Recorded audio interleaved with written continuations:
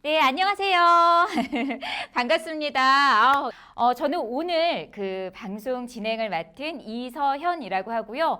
네, 너무 감사드립니다. 저희가 사실은 이 방송을 시작하기 전에 우리 좀 이 방송을 신청해 주신 분들께 설문지를 좀 받았어요. 그래서 간단한 설문지를 받았는데 좀 어떤 부분이 궁금하신지에 대해서 좀 여쭤봤거든요. 그런데 정말 저도 그거를 살펴보면서 깜짝 놀랐던 게 뭐냐면 정말 질문들이 다 비슷비슷 공통된 질문들이 많았어요. 그래서 제가 그 질문들 중에서 조금 많이 공통된 질문을 한 4개 정도만 좀 뽑았는데 그거를 먼저 좀 말씀을 드리려고 합니다. 첫 번째 질문이 뭐였냐면 바로 이거였어요. 영문법 언제부터 하면 좋을까요? 라는 질문이 굉장히 많았거든요. 자, 초등학교 영문법, 초등 영문법 언제부터 하면 좋을까? 자, 영문법을 시작하는 적정 시기에 대한 질문인 것 같습니다. 우선은 이제 문법이라는 거는 어떤 문장을 구성하는 규칙이란 말이에요. 마치 수학의 공식처럼 수학 문제를 풀어 나가는 데 필요한 공식을 대입하는 것처럼 이 문법이라는 거는 어떠한 규칙을 이야기를 하는 거죠. 그렇기 때문에 얘는 구체적인 사물이 아니라 추상적인 개념이에요. 그럼 아이들이 영문법이라는 추상적인 개념을 습득하기 위해서는 우선 인지적으로 추상적인 개념을 이해할 수 있는 수준이 됐는가를 보시는 게 첫 번째가 되겠습니다. 그래서 우리 아이들이 6살, 6세, 7세 이런 친구들이 조금 어려워하는 이유는 인지적인 수준이 아직 거기까지 도달하지 못했기 때문이라고 볼 수가 있는 거고요. 그래서 학술적으로는 이제 그런 지점을 조금 우리가 관찰을 해본다고 한다면 학술적으로는 뭐 피아제 이론에 그 입각을 한다면요. 뭐 9세에서 11세 구체적 조작기 정도, 그러니까 9세에서 11세 아이들이 이제 영문법 추상적인 개념에 대한 이해를 할 수 있는 인지적인 수준이 됐기 때문에 그때 영문법을 시작하면 좋겠다라는 거고, 저희가 지금 그 시기적인 부분보다 사실은 더 중요한 게 뭐냐면 아이들이 얼마만큼 영어 경험을 했느냐. 그게 사실은 영문법의 시작 시기와도 굉장히 연관성이 있습니다. 그러니까 이 얘기가 뭐냐면은 그 아이들이 만약에 정말 뭐 알파벳만 알고 아무것도 영어를 몰라요. 단어도 잘 모르고 그다음에 문장도 잘 기초적인 문장도 잘 읽기가 어려워합니다. 그럼 이러한 수준에서 영문법을 접근을 한다면 정말 너무너무 어려운 개념이 될 수밖에 없는 거죠. 그러니까 우리 아이들이 영어적인 경험, 어느 정도 뭐 기초적인 단어를 알고 문장을 어느 정도 읽을 수 있는 친구들이 사실은 영문법에 접근하면 좋고, 거기에다가 플러스 인지적인 수준이 돼야 되기 때문에 한 9세 정도, 8, 9세 이상은 되어야 되겠다라는 지점을 제가 조금 말씀을 드리도록 할게요. 지금 두 번째 질문이 뭐였냐면 읽기, 독서, 그리고 영문법. 자, 책 읽기를 하면은요, 문법이 신경 쓰이고 문법을 하다 보면 독서와 멀어지는데 어떻게 하면 좋을까요? 라는 질문이 있었어요. 그런데 사실은요, 정말 개념부터 다시 세우셔야 돼요. 책 읽기를 하면 문법이 신경 쓰이는 거 맞지요? 문법을 하다 보면 독서와 멀어진다는 얘기는 말이 안 돼요. 왜냐면요, 문법과 읽기는 뗄래야 뗄 수가 없습니다. 우리가 읽기 유창성이라고 하는 부분이 있거든요. 자, 읽기 유창성이 뭘 얘기를 하냐면 텍스트 리딩, 내가 줄줄줄줄줄줄줄줄 텍스트를 잘 읽어 나간다? 그러면 이 아이가 읽기 유창성이 있느냐? 띡, 아닙니다. 그 텍스트 읽기가 자유자재로 된다고 해서 이 아이가 읽기 유창성이 있다고 보지 않아요. 자, 읽기 유창성은 어떤 거냐? 텍스트 리딩 플러스 컴프레hension이에요.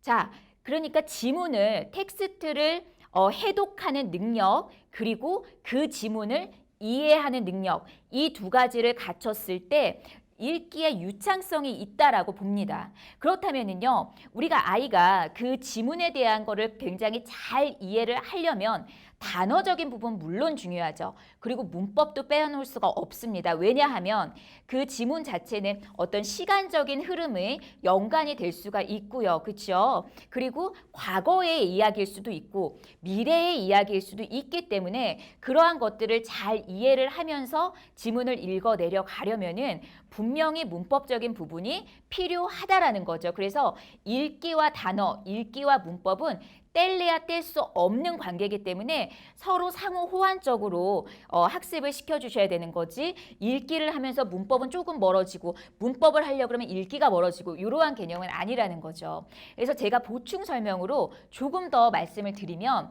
영어는 과목이 한 과목인데 굉장히 많은 영역들을 다뤄야 되는 거, 그게 가장 어려운 것 같아요. 그런데 이 많은 영역들이 사실은 정리를 좀 해보고 싶더라고요. 그래서 정리를 좀 해드릴게요. 자, 여기 보시면은요, 영어를 배우려고 그러면 문법, 그래머 알아야 되죠. 렉시스라는 건 vocabulary예요. 그래서 vocabulary, 단어 알아야 되죠. listening, speaking, reading, writing. 그 다음에 또 읽어야 되고 어떤 단어를 읽어내려면은 pronunciation, 그죠? 발음 중요해요. function, 기능적인 부분, discourse, 담화적인 부분. 이런 것들이 다 만족이 돼야지만 영어적인 능력, 의사소통 능력이 뛰어나다라고 이야기를 할 수가 있는 건데요. 자, 결과적으로 제가 추려볼게요. 자, 추리면 어떻게 되냐? 이렇게 됩니다. 제가 색깔로 지금 구분을 좀 뒀거든요. 자, 어떻게 구분을 뒀느냐?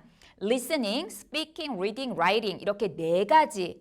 자, 우리가 흔히 알고 있는 영어 4스킬이에요. 그렇죠? listening, speaking, reading, writing 이렇게 하면은 영어 4스킬 맞나요? 그렇죠? 영어의 4스킬은 어떠한 특징을 가지고 있냐면 내가 진짜 해야 되는 거. 그렇죠? 내가 정말 하는 거예요. 이게 뭐냐? listening, 들어야 되는 거죠. 내가 듣기를 해야 되는 거예요. speaking, 내가 말하기를 해야 되는 거. 자, reading, 내가 읽어내야 되는 거고요. writing, 내가 써내야 되는 거죠. 그러니까 뭔가를 해내야 되는 거. 그런데 이러한 listening, speaking, writing, reading을 내가 직접 하려면 어떤 게 필요하냐면 문법이 필요해요. 자, 문법은 내가 해내는 게 아니라 배우는 거예요. 그렇죠? 배우는 거예요. 문법이 필요하고요. 렉시스, vocabulary, 자, 단어가 필요해요. 제가 밑에 discourse, function, pronunciation은 이야기하지 않을게요. 단어와 문법이 기초적인 요소가 되어야지만 내가 listening을 잘 할 수 있게 되고요. speaking을 잘 할 수 있게 되고 reading을 잘 할 수 있게 되고 writing을 결과적으로 잘 할 수 있게 됩니다. 그래서 이게 뭐냐면 그래머랑 렉시스, 그러니까 vocabulary가 이 어떤 4스킬과 밀접하게 연관이 되어 있는 거예요. 그래서 절대로 리딩 따로, 그래머 따로, 단어 따로, 라이팅 따로 보시면 안 된다는 거죠. 그렇죠? 그래서 우리 초등학교 아이들한테는 이 기본적인 요소, 기초 요소, 그래머랑 렉시스, 그러니까 보캐블러리를 꽉 잡고 이거를 응용해서 리딩을 하고 라이팅을 하고 리스닝하고 스피킹을 할 수 있도록 나중에는 그렇게 유도를 계속 해주셔야 된다는 거죠. 네, 그게 지금 핵심인 것 같고요. 그래서 이제 다음 슬라이드를 잠깐 한번 보시면은 제가 지금 방금 말씀드린 거예요. 기본 요소는 뭐다? 단어와 문법이다. 그런데 우리가 4스킬에 적용을 해서 읽기, 말하기, 쓰기, 듣기를 해 나간다라는 거. 자, 그게 이제 중심이니까 그 그림을 머릿속에 그려 놓으셔야지만 우리 아이가 지금 잘 하고 있는가라는 평가를 하실 수가 있게 되는 거고요. 뭐 단어와 문법을 잘 알지 못하는데 얘 스피킹 왜 이렇게 안 되는 거야? 얘 리딩 왜 이렇게 안 되지? 얘 라이팅 언제 되는 거야? 이렇게 고민하시면 안 되는 거죠. 잘 안 된다는 거는 기본적인 요소, 단어와 문법적인 요소가 부족하지는 않는지라는 부분을 꼭 체크를 해주셔야 된다는 거예요. 초등 영문법 어디까지 해야 할까요? 라는 질문이에요. 근데 사실은요, 우리 초등 영문법, 중학 영문법, 이게 사실은 명확하게 딱 나눠져 있는 거는 아니에요. 네. 연장선 상에 있습니다. 그런데 우리가 초등 영문법이라고 하는 그 개념은 무엇이냐면요. 사실 이제 그 초등에서는 교육과정의 목표가 의사소통을 잘하기 위한 의사소통 중심 교육과정으로 되어 있어요. 그래서 교육과정을 보게 되면은 의사소통 스킬에 대한 어떤 그 부분들이 쭉 나와 있는데요. 거기에 보게 되면은 어떤 담화를 구성을 한다거나 거절을 한다거나 요청을 한다거나 충고를 한다거나 내가 수락을 한다거나 이러한 어떠한 부분들에 있어서 어떻게 이야기할 것인가를 거기에 다 나와 있거든요. 근데 그것들을 봤더니 요런 문법들은 초등에서 필요하겠다. 왜? 의사소통을 위해서 담화를 구성하기 위해서 필요하겠다라는 거를 모아서 놔둔 것이 초등 영문법이에요. 네, 그렇게 이해를 해주셔야 되는 거고 초등 영문법 그렇다면 어디까지 해야 되느냐 요거를 지금 여쭤보셨는데 자 어디까지라고 말씀을 드리면 저는 이렇게 좀 말씀을 드리고 싶어요. 사실 초등 영문법에 모아놓은 내용들을 쭉 살펴보게 되시면 그 중심이 단어에 있습니다.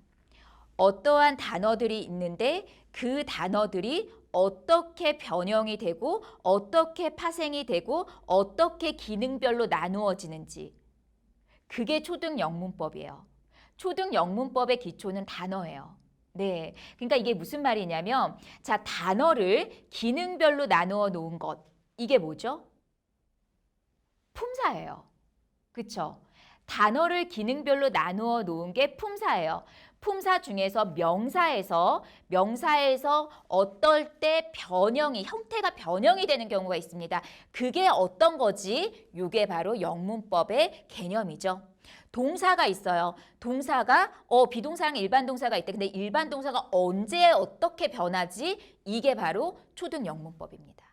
네, 형용사가 있대. 형용사가 비교를 할 때는 어떻게 변하지? 이게 바로 초등 영문법이에요. 그러니까 말하자면 어떻게 되냐면 자 단어가 있는데 그 단어가 막 문장에서는 막 변한단 말이에요. 그래서 그 변형을 배워야 하는데 그 변형이 첫 번째로는 단어를 기능별로 나누어 놓는 품사를 알아야 되는 거고 그 품사 안에서 또 얘가 왜 어떻게 바뀌는지를 알아야 하는 것 그게 바로 초등 영문법이고 이 품사라는 부분이 사실은 우리가 의사소통할 때는 엄청나게 중요한 그런 건 아니에요. 하지만 우리가 내신으로 쭉 간다고 생각을 했을 때는 초등 영문법에서 어떤 품사에 대한 이해가 조금이 돼야지만 중학으로 넘어와서 문장 어때요? 문장 형태, 1형식, 2형식, 3형식, 4형식 이런 것들을 배우게 되거든요. 문장 형식에 대한 이해가 바르게 됩니다. 네, 그래서 사실은 초등 영문법 하면은요 품사에 대한 이해 그리고 그 품사에 따른 단어들이 어떻게 기능별로 구별이 되는지 그리고 그 기능별로 구별이 됐을 때 어떻게 변하는지 왜 변하는지 이러한 것들을 캐치해내고 그리고 나야지만 중학에 올라가서 문장 형식을 배울 때 헷갈리지 않는다라는 거죠. 자, 그래서요 지금 보시면 제가 방금 말씀드린 것이 그 쓰기에 대한 부분이 그러니까 문법에 대한 부분이잖아요. 자, 문법과 단어 결과적으로는 이게 앞으로 우리가 이제 지금 초등학교 때는 음성 위주 교육이지만 나중에는 문자 위주 교육이 돼요. 그러니까 무슨 말이냐면 지금은 이제 어떤 의사소통 중심으로 좀 듣고 말하고 이러한 것들에 좀 포커싱이 됐다면은 중학으로 넘어가게 되면은 뭔가 내가 내신이라는 부분이 있기 때문에 서술형 쓰기가 되는 거죠. 그래서 지금 초등에서 더욱 영문법이 강조가 되는 이유가 쓰기, 그러니까 서술형 쓰기 때문에 그런 내신 평가 때문에 어떤 문법적인 부분이 더 부각이 돼요. 그래서 제가 아래에 써놓은 내용들이 뭐냐면은 지금 알파벳을 쓴다, 낱말이나 어구를 쓴다. 그리고 두 번째 거 있죠, 중간 거. 철자법에 맞게 쓰고 낱말이나 어구를 쓰고 문장이나 짧은 글을 쓴다. 이 두 가지는 초등학교 저학년, 초등학교 고학년에 수록된 교육과정 쓰기에 대한 내용이에요. 영어 쓰기. 그런데 맨 오른쪽 맨 마지막에 있는 게 글을 완성한다. 중심 내용을 쓴다. 세부 내용을 쓴다. 묘사하거나 설명하는 글을 쓴다. 그 다음에 경험이나 의견을 쓴다. 실용문을 쓴다. 이게 바로 중학에서 요구하는 교육과정 쓰기에 관련된 교육과정 내용입니다. 그렇기 때문에 점점 어떤 단어, 문장 글을 완성하는 것까지 이게 점층적으로 그 확장이 되는데 거기에서 중요한 게 뭐냐? 문법과 단어더라. 자, 요렇게 이제 이해를 해주시면 되는 거고, 그래서 초등에서는 어디까지 영문법? 아까 전에 말씀을 드렸다시피 그 품사에 대한 부분 명확하게 알면서 얘네들이 어떻게 변형되는지, 그치요? 그리고 조금 더 나간다면 시제에 대한 부분, 과거, 단순 과거, 단순 미래 정도에 대한 부분들, 그런 것까지 조금 알고 넘어가면 좋겠다라는 거고, 네, 표에서 하나 보실 수가 있다시피 중간 부분 있잖아요. 구문 직독직해라는 게 있어요. 그러니까 이게 뭐냐면은 우리가 지문들이 점점 길어지면서 아이들이 직독직해를 하고 구문으로 청크로 얘를 해석을 해 나가지 않으면 사실 그 제한된 시간 안에 긴 지문을 해석하기는 굉장히 어려울 수 있거든요. 그렇기 때문에 우리가 초등학교 때는 조금 품사적인 부분을 완전하게 조금 이해를 하고 중학으로 넘어가야지만 문장 형식에 대한 이해가 수월할 거고요. 거기에서 플러스 내가 이제 청크로 잘 나누어서 직독직해를 빠르게 할 수 있게 된다라는 의미에서 제가 그렇게 초등학교 영문법 어디까지 해야 할까요? 라는 답변을 좀 드릴 수 있을 것 같고요. 네 번째 질문인데 한번 넘어가 보도록 할게요. 자, 초등 영문법. 초등학생 스스로 학습, 독학이 가능한지요? 라고 여쭤보셨어요. 네, 제가 결론만 말씀드리면 네, 가능합니다. 그런데 조건이 있어요. 네, 어떤 조건이 있냐면은 적당한 환경하고 적당한 도구가 제공되어야 합니다. 그렇죠. 그러니까 적당한 환경이라는 거는 뭐냐면 우리가 이제 그 아이들이 쓰기를 할 때도 바로 혼자서 쓰기는 어렵기 때문에 어떤 조력자, 교사나 엄마가 옆에서 이제 같이 써주는 그런 부분들이 있잖아요. 가이디드 라이팅이라고 하죠. 자, 그런데 이 지금 자기주도 학습을 말씀하시는 것 같은데 스스로 학습, 그러니까 디렉티드 러닝 같은 경우도 가이디드 디렉티드 러닝이 필요하다라는 거죠. 그래서 환경을 구성을 해주시는데 어떤 환경이냐? 자, 아이가 그냥 막 펴서 그냥 혼자 하기는 어려워요, 처음부터. 그렇기 때문에 얼마만큼의 분량을 언제 할 것인지, 몇 시에 할 것인지, 이 한 권을 어떻게 끝낼 것인지, 복습은 언제 할 것인지 이러한 부분의 계획을 세워주시는 것, 아이와 함께 그러한 계획을 세우는 것, 그게 바로 환경을 조성해 주시는 거예요. 그래서 그런 환경을 조성을 해주시고 또 두 번째 조건이 뭐냐면 적절한 도구가 있어야 됩니다. 적절한 도구라는 것은 즉 아이의 수준에 맞는 영문법 교재가 되겠죠. 자, 문법이 쓰기다 시리즈는 사실 중학까지 이렇게 연결이 됩니다. 그래서 지금 처음에 초등에 해당되는 부분들이 문법이 쓰기다 스타터, 그 다음에 문법이 쓰기다 기본 라인 이렇게 되어 있거든요. 맨 처음에 스타터, 입문기. 자, 영문법을 정말 처음 한다라는 친구들이 먼저 할 수 있는 교재가 바로 문법이 쓰기다 스타터 교재예요. 제가 문법이 쓰기다 스타터 교재 먼저 한번 보여드리도록 하겠습니다. 자, 보시면 문법이 쓰기다 스타터 같은 경우는 입문기, 영문법을 처음 접하는 입문기 아이들에게 적용하면 좋은 책이에요. 그렇다고 한다면 대상에 조금 집중을 하셔야 됩니다. 이 문법이 쓰기다 스타터를 공부하는 아이들은 사실 뭐 중학생 아니죠, 당연히. 초등학교 고학년도 아닐 수 있어요. 자, 많은 부분이 어때요? 초등학교 저학년 내지는 8살, 9살 뭐 이런 친구들이 아마 많이 할 거란 말이에요. 그래서 이 대상에 좀 집중을 해야 된다는 부분이 뭐냐면 영문법 자체는 그 추상적인 개념이에요. 제가 아래도 써놨잖아요. 추상적인 개념이기 때문에 인지 수준이 아직 완전하게 발달하지 않은 친구들한테는 사실 어려울 수가 있습니다. 그래서요. 그래서 저희가 이제 문법이 쓰기다에서는 그러한 것들을 고려해서 이 교재를 만들었기 때문에 사실은 그 대상에 굉장히 집중해서 만들었다라고 이야기를 할 수가 있어요. 그래서 이제 문법이 쓰기다 스타터에서는요, 이러한 아이들의 어려움을 충분히 다 알고 있기 때문에 어떤 용어적인 부분, 좀 어려운 용어를 좀 순화해서 풀어서 좀 쓴 지점들이 있습니다. 그래서 아이들이 조금은 더 쉽게 접근할 수 있는 부분이 있고요. 제가 좀 직접 보여드릴게요. 지금 보시면 이게 바로 문법이 쓰기다 스타터 교재입니다. 됩니다. 자, 두 권으로 이렇게 되어 있고요. 자, 제가 아까 전에 이제 아이들이 그 문법이라는 부분이 굉장히 생소하잖아요.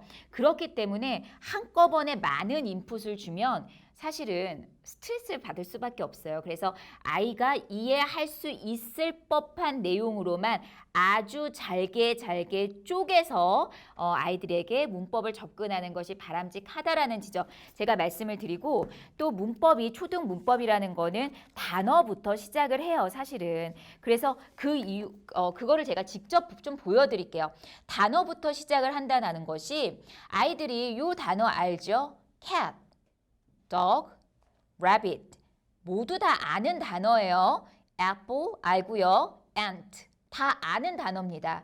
자, 그런데 이 단어들이 문장에 쓰였을 때 어떨 때는 I have a cat이 되고요. 어떨 때는 I have cats가 됩니다. 그렇죠?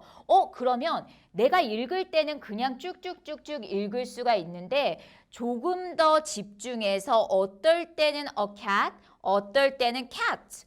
왜 달라지지? 라는 지점. 이게 바로 영문법이잖아요.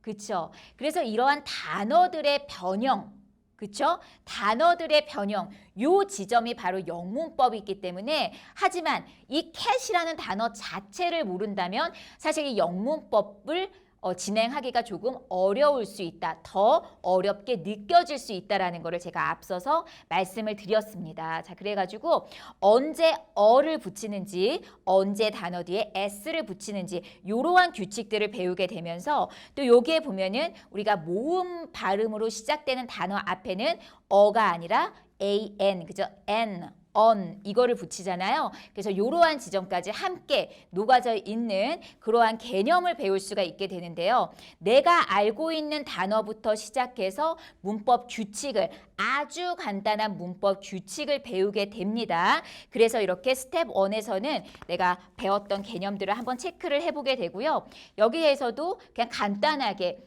골라서 문장을 완성하고, 스텝 3에서는 비로소 한번 써보는 그러한 연습을 할 수가 있게 돼요. 그런데 여기에서 지금 어머님들 보시면은, 근데 여기에서 s 붙는 거 말고도 es가 붙는 경우가 있지 않나? 라는 생각도 하실 거예요. 하지만 여기에서 한꺼번에 단수, 복수 개념도 알려주면서 또 복수가 변형도 있대. 이것까지 한꺼번에 알려주신다면 아이들 정말 멘붕이에요.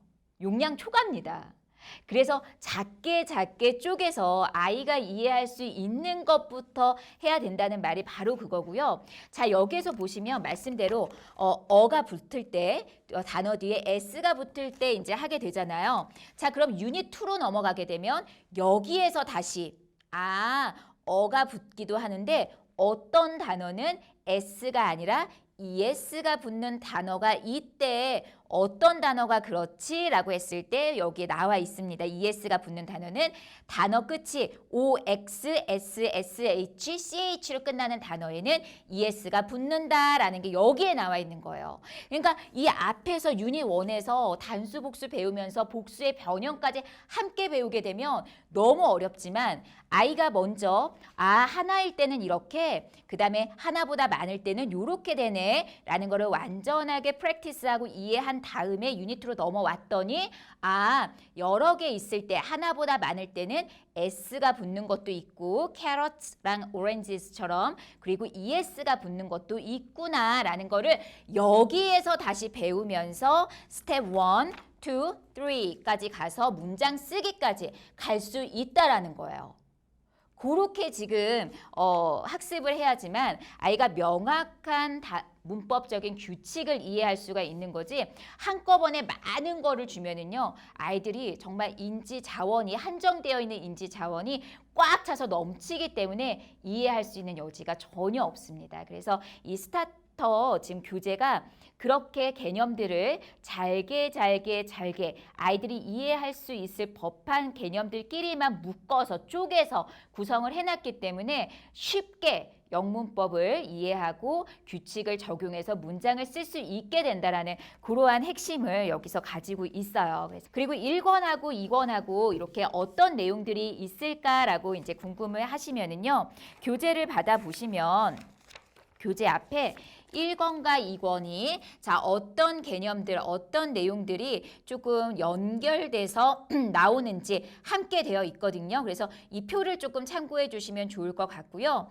자, 문법이 쓰기다 스타터 교재, 문법이 쓰기다 기본 교재 마찬가지로 자, 이 책 안에 뭐가 있냐면 보세요. 책 속안에 본책 속에는 이렇게 워크북이 또 들어있어요.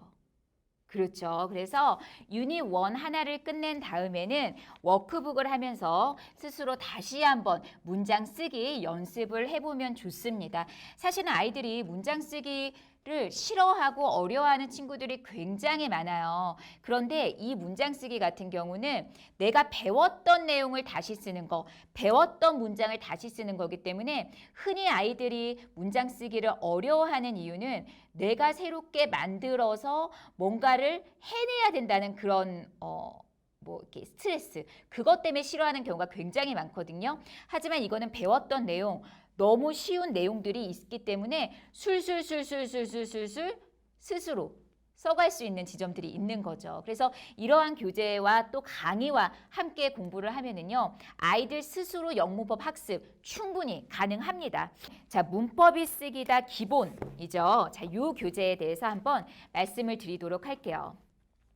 제가 다시 한번 조금 정리를 해드리자면 어떠냐면 자, 문법이 쓰기다 스타터 같은 경우는 단어에서 기본적으로 시작을 해요.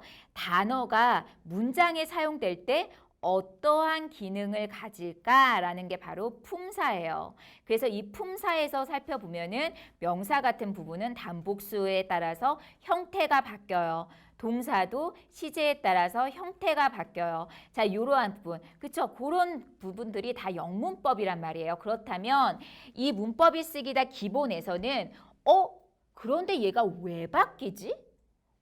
그러면 얘가 어떻게 바뀌지? 이거에 더 집중하셔야 되는 거죠. 그래야지만 문장에 적용해서 쓸 수 있게 되는 힘이 길러진다는 거예요. 그래서 제가 지금 슬라이드에 why, how 이렇게 써놓은 게 왜 바뀌는지 그 규칙을 그러니까 이해를 해야 되는 거죠. 암기만 하면 안 되는 거예요. 내가 진짜 이해를 하고 문장에서 그 규칙이 나왔을 때 이거는 그래서 이렇지라는 거를 내가 스스로 뽑아내서 이야기할 수 있을 정도로 공부를 해야 돼요. 그래서 why와 how가 중요하다라는 거 제가 먼저 좀 말씀을 드릴게요. 자, 이 교재 같은 경우도 자, 어떻게 되어 있냐면 그대로 지금 되어 있어요. 지금 제가 말씀드렸잖아요. 왜 바뀌는지, 어떻게 바뀌는지, 자, 그런 부분이 중요하다는 거예요. 그래서 여기 보시면은 스텝 0이 개념적인 부분입니다. 영문법 개념에 대한 부분인데, 자, 윗부분에 보면은 일반 동사가 왜 어떻게 바뀌는지 알아봅니다. 그래서 어떻게 바뀌는지, 왜 그렇게 바뀌는지 이런 부분들이 여기에 자세하게 설명이 되어 있는데 딱 보시면 아시겠지만 줄글로 설명이 되어 있지가 않아요.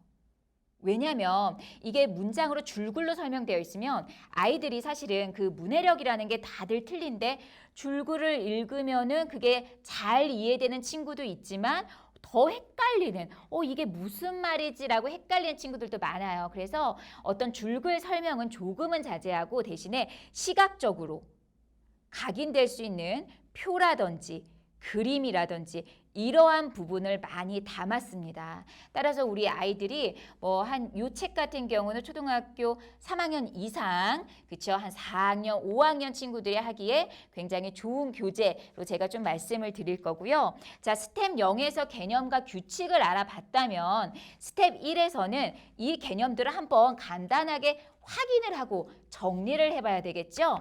그리고 스텝 2에서는요. 비교를 하면서 우리 규칙을 각인합니다. 그리고 스텝 3에서는 써보는 문장을 직접 써보는 어떤 유형을 가지고 있는 게 바로 스텝 3이에요. 그래서 지금 제가 슬라이드를 조금 준비를 했는데 슬라이드를 보시면 자, 첫 번째로 우선 초등 기본 어휘를 명확하게 아셔야 합니다. 그래서 저희가 교재 맨 앞에 보면은 초등 교육과정에서 지정한 필수 어휘가 있죠. 이렇게 필수 어휘들이 있습니다. 이거 다 알고 있는지 꼭 확인해 보셔야 되는 거죠. 단어가 정말 정말 중요해요. 진짜 문법을 배우는데도요. 단어를 모르면 정말 막힙니다. 네. 그래서 단어를 항상 기본으로 두시고 또 그 안에서 문법적인 규칙들을 좀 파악해 나가는 거 초등 문법에서 가장 중요한 거니까 꼭 알고 계시면 좋을 것 같고 두 번째로 제가 말씀드렸어요 방금 변화 규칙과 문장 규칙의 기초를 배워야 돼요. Why 그리고 how 왜 그렇지? 어떻게 변하지? 이런 거를 항상 퀘스천을 가지면서 그래서 우리 아까 전에 이제 질문 두 번째 질문 기억나실지 모르겠는데 문법을 배우면서도 리딩을 할 때 그 문법적인 개념이 들어가 있는 부분을 내가 발견해서 다시 한번 또 이야기를 해본다든지 리딩에서 이게 무슨 말이지? 이게 내가 배운 문법이 아닌데 라는 거를 조금 밑선을 그리고 다 문법적인 부분을 한번 찾아본다든지 이게 계속 호환돼야 돼요. 그래야지만 서로 지금 실력이 늘을 수가 있는 거지 어느 한쪽에 몰입하시면 안 된다는 거고 자, 세 번째는 이거 되게 중요해요.